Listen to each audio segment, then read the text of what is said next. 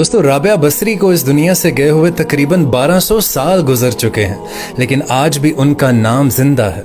और आपको बताऊं कि ना ही वो कोई शहजादी थी, ना ही वो कोई मलिका थी, और ना ही वो कोई इतनी खूबसूरत थी, और ना ही वो ख़ानदानी थी, बल्कि औरत होने के लिहाज से हर ऐब उनमें मौजूद था। और उनकी ख़ास बात ये थी कि जब भी आप इशा की नमाज़ पढ़ती, रोज़ाना इशा की नमाज के बाद आप गुस्ल किया करती। गुस्ल करने के बाद आप अच्छा लिबास पहनती, अपने शौहर के पास जाती और उनसे पूछती कि क्या आपको मेरी ज़रूरत है।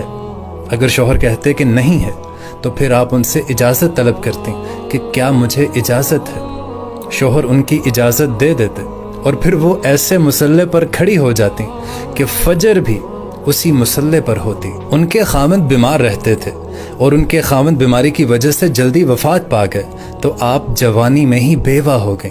लेकिन दोस्तों उस वक्त के इमाम, बसरा के इमाम हज़रत हसन बसरी रहमतुल्लाह अलैह खुद चलकर उनके घर तशरीफ़ लाए, खुद चलकर आए और उन्हें शादी की पेशकश की। और वो खुद चलकर इसलिए आए थे, उन्हें कोई शादी का शौक़ नहीं था, बल्कि राबिया बसरी तो औलाद के काबिल नहीं थी।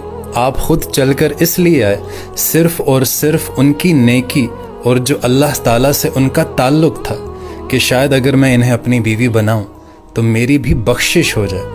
इसलिए हज़रत हसन बसरी रहमतुल्लाह अलैह खुद आपके पास चल कर आए और उन्हें पेशकश की कि राबिया मैं आपसे शादी करना चाहता हूँ। और हज़रत राबिया बसरी रहमतुल्लाह अलैह फरमाने लगी कि अगर आप मेरे इन 4 सवालात का जवाब दे दें तो मैं खुद आपसे शादी करने को तैयार हूँ। तो आपने उनसे पहला सवाल पूछा कि मुझे बताएं कि क्या मैं जन्नती हूँ या दोज़खी हूँ। तो हज़रत हसन बसरी रहमतुल्लाह अलैह फरमाने लगे कि इसके बारे में तो मैं कुछ नहीं बता सकता। फिर आपने उनसे दूसरा सवाल पूछा कि अच्छा ये बताओ कि जब क़यामत में अल्लाह ताला अमाल नामे हवा में उड़ाएगा, किसी के सीधे हाथ में आएगा और किसी के उल्टे हाथ में आएगा, मुझे ये बताएं कि मेरा अमाल नामा मेरे सीधे हाथ में आएगा या उल्टे हाथ में आएगा। तो एक दफ़ा फिर हज़रत हसन बसरी रहमतुल्लाह अलैह फरमाने लगे कि इसके बारे में तो मैं कुछ नहीं कह सकता। फिर आपने उनसे तीसरा सवाल पूछा कि चले मुझे ये बताएं कि जब अल्लाह ताला नेकियों को तोलेगा तो किसी की नेकी ज़्यादा हो जाएगी, किसी के गुनाह ज़्यादा हो जाएंगे।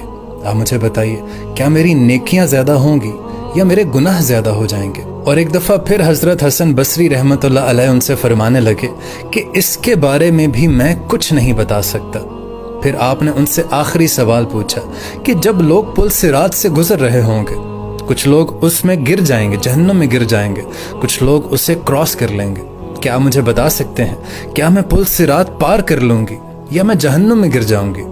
तो हज़रत हसन बसरी रहमतुल्लाह अलैह फिर फरमाने लगे कि इसके बारे में मैं कुछ नहीं बता सकता। तो फिर आप फरमाने लगी कि माज़रत आप यहाँ से जा सकते हैं, मुझे इन 4 सवालों की तैयारी करनी है। मेरे पास वक्त बहुत कम है और मेरे पास शादी का वक्त नहीं है, मुझे इन 4 सवालों की तैयारी करनी है। और दोस्तों फिर जब इनका इंतकाल हुआ तो आपका इंतकाल रात के वक्त हुआ। आपने अपनी फातिमा से कहा कि मुझे जल्दी से दफन कर देना, किसी को मत बताना, सुबह लोगों को बेशक बता देना, लेकिन रात को मुझे जल्दी दफना देना और मुझे कफन देना तो मेरी उसी चादर में जिसमें मैं तहज्जुद पढ़ा करती थी, मुझे उसी चादर में लपेट कर दफन कर देना। सुभान अल्लाह।